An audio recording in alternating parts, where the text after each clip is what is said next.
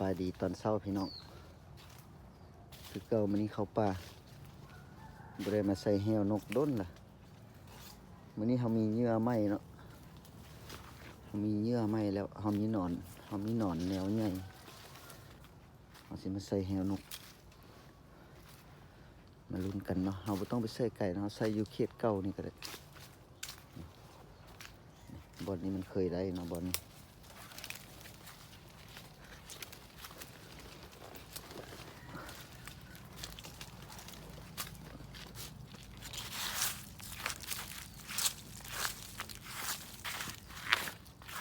เราจะใส่แบบ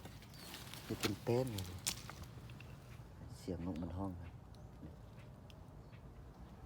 ไปพุ่นละนี่พี่น้องอันนี้มันเหยื่อเขาเด้อ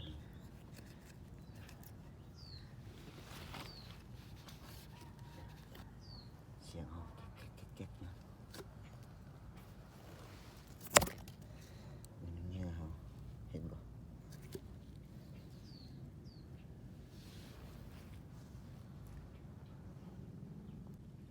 นี่เลยเหยื่อเขาจะเป็นตัวนี้เด้อนี่เนาะอันนี้เจอเขาเอื้นว่าเป็นตัวแม่เด้อพี่น้องตัวแม่มันอยู่ในบังไม้ไผ่อันนี้ให้เขาฝากมาให้แต่เสียงขวงเขาด้วยนี่มาลุ้นกันว่ามันสิได้บ่เนาะแล้วเขาก็ไปใส่รัดเบื้องนั้นเพราะเห็นมันห้องอยู่พุ่นไปกันเลยพี่น้องตัวนี้จะเป็นหลังที่2เด้อพี่น้อง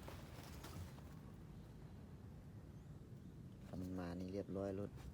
พอเนื้อเขาดีตัวนี้เนาะใหญ่และสีขาวอีก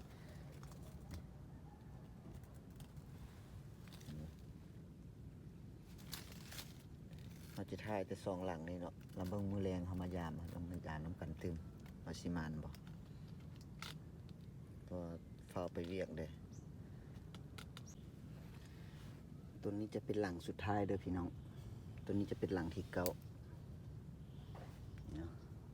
ใส่กองสมไพรเมียน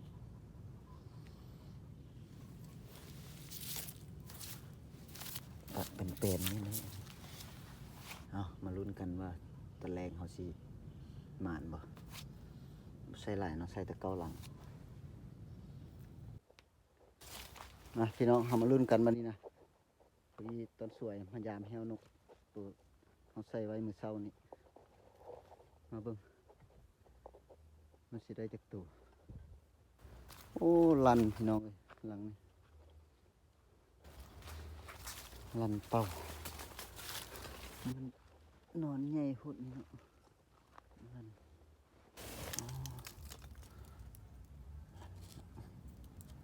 มากู้เมียนเลย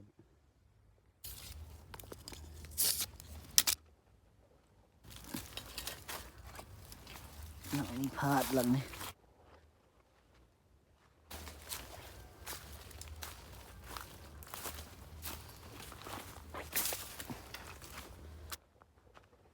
นกมันเที่ยวบุรุษกันหลังนี้โอ้หลังนี้ก็ลั่นนั่นยังวะลั่นมันก็ได้ตัวนี้เหงื่อหายเลย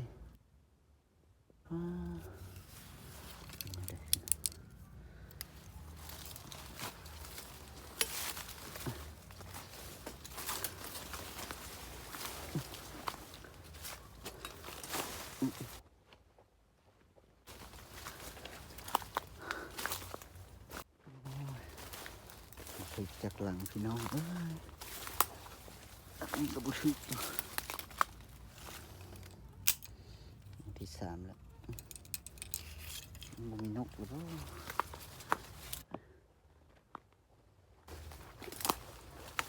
ที่4เรียบร้อยหลังนั้นเรียบร้อยพี่น้อง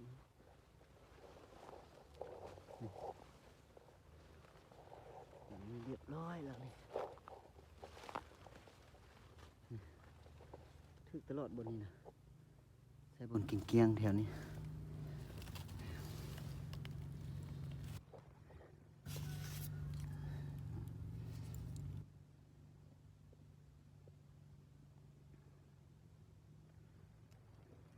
ป๊บนึงเลยพี่น้องไปต่อเฮามาลุ้นรังที่5รังที่5เฮาลั่นอีกแล้วหลังนี้ก็ได้โอ้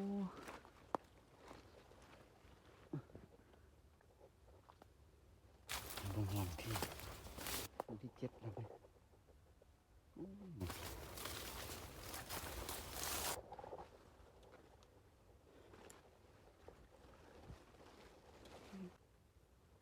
กูหลังนั้นเรียบร้อยพี่น้อง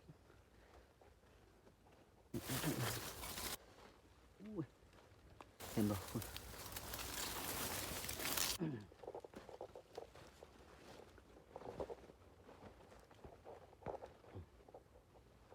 ร้อย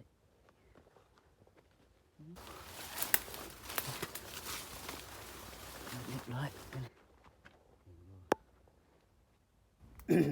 หลังอื่นหันคำมันโบราณก่อนคิดว่าน่าจะถือพอใส่ตัวแม่ใหญ่แล้วมันเกล็ดมันบดีเนาะเกล็ดอันนี้นี่อันนี้มันบกเกาะกันดีแล้วมันตัวแม่มันตัวใหญ่แล้วมันเฮ็ดให้มันลั่นไวร้อยพี่น้อง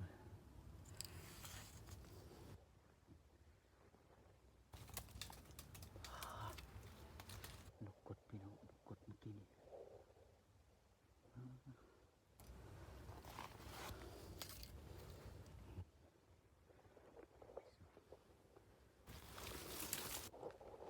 ไปเบิ่งหลังสุดท้ายมันป้าโทษพี่น้องนึกวานก็เจ้ามาลักแฮวพี่น้องเพิ่ง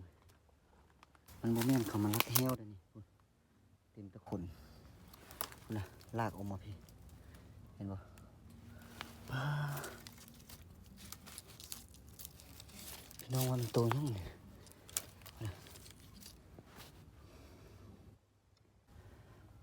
คิดว่าคันโมเมนต์จอนฟอนก็เป็นนกกระปืดเพราะเขตนี้มันมีนกกระปืดกับนกกับอนาจอนฟอนพี่น้องเสียดายตัวนี้บนสุดท้ายเลยบันนี้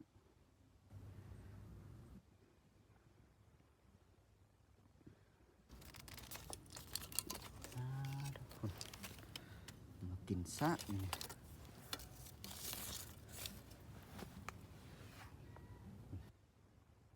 อันนี้หลักคำเขามันเอามานำเลยหลังนี้ก็เหลือแต่หัวพี่น้องเอ้ยดูดิ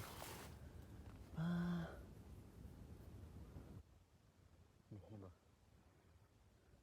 ตัวมันเอาไปแล้วหลังนี้หลังสุดท้ายเนาะลืมเมื่อกี้คือตัวนั้นหลังสุดท้ายนี่พี่น้องเหลือแต่หัวแบบนี้ต้องเป็นจอห์นฟอร์ดพี่น้องนี่โอ้ยนี่โอ้เสียดายดิธรรมดามันแท้ได้4 แต้มเอาไปย่าอะไรพี่น้องเลยคลิปนี้เอาสำนี้ก่อนเด้อพี่น้องเลยมื้อหน้าเขาจะมาใส่ใหม่แล้ววันนี้เขาจะมาเฝ้าเอาเลยแบบนี้น้องเบิ้งมันจะเป็นตัวอย่างมากิน